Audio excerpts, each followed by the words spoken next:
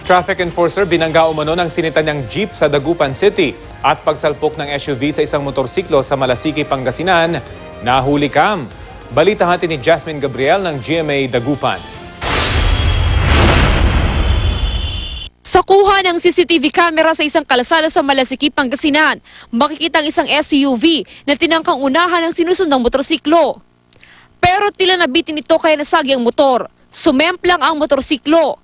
Natanggal naman ang isang bahagi ng SUV dahil sa lakas ng banggaan. Pero kasunod ng pangyayari, humarurot palis ang SUV. Ang 50 anyos na rider na si Rolando Banyes nagtamo ng mga sugat sa iba't ibang bahagi ng katawan. Nabalian pa siya ng paa. Hindi naman nakuha ng mga tao sa lugar ang plate number ng tumakas na SUV.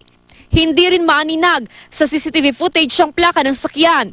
Nag-iimbestiga ng Malasiki Police para matunton ang nakadisgrasyang driver. Sa Dagupan City, nagkaharap naman sa istasyon ng pulis ang tsuper ng jeep na si Eli Canlas Jr. at isang traffic enforcer.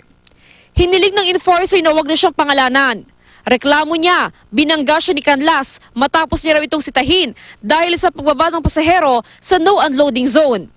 Tumanggi raw si Canlas na ilabas ang kanyang lisensya at pinagmumura pa mo ng enforcer. Tinawagan ko po yung kasama ko para magpatulong. Pumunta po ako sa harapan ng jeep niya, about 1 meter po yung layo. Tapos bigla na lang bigla ako may nagbump sa likod ko, ma'am. Kaya po ako natumba. Rumisponde ang pulisya at dinalang dalawa sa police station. Sinubukan ng GMA News na kunan ng pahayag si Canlas pero tumanggi siya. Napag-alamang hindi ito ang unang pagkakataong nasitang naturang driver dahil sa paglabag sa batas trapiko.